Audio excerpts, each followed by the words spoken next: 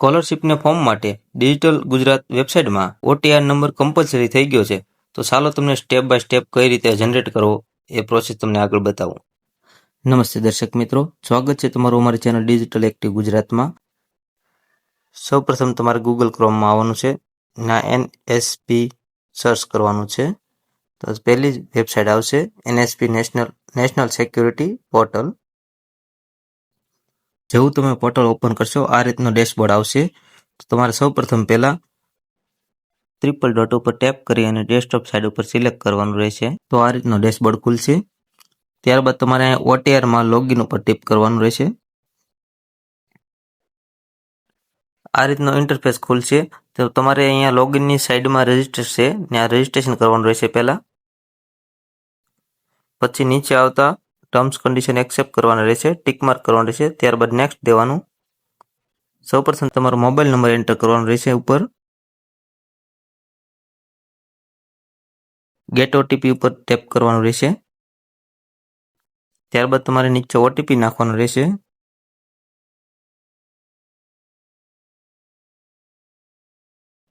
ત્યારબાદ નીચે તમારે કેપ્ચા કોડ ફિલ કરવાનો રહેશે.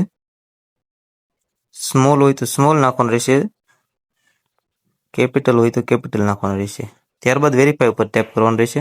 આધાર કાર્ડ નંબર નાખવાનો રહેશે. ગેટ OTP ઉપર ટેપ કરવાનું રહેશે. આ એગ્રી કરવાનું રહેશે. ત્યારબાદ આધાર કાર્ડમાં મોબાઈલ નંબર લિંક હશે, એમાં OTP ગયો છે, એ OTP નાખવાનો રહેશે.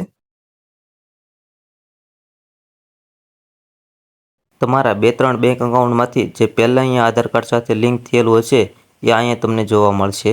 ડિટેલમાં નાખવાનું રહેશે મધર્સ નેમ અને નીચે ફાધર્સ નેમ નાખવાનું રહેશે. ત્યારબાદ ફિનિશ કરવાનું રહેશે.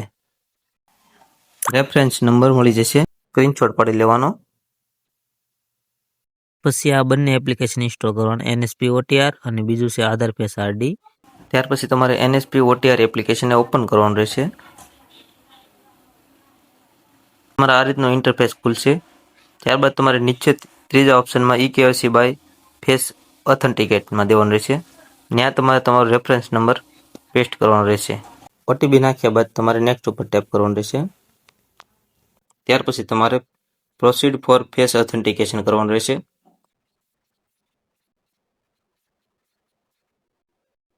અહીંયા તમારે એલો આપવાનું રહેશે.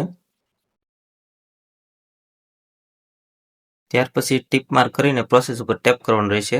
ફેસ ક્લિયર બતાવી એ રીતનો સામે મોબાઈલ રાખી અને આંખો 2-3 વાર ખોલ બંધ કરવી. પછીની બધી પ્રોસેસ એના જાતે થશે.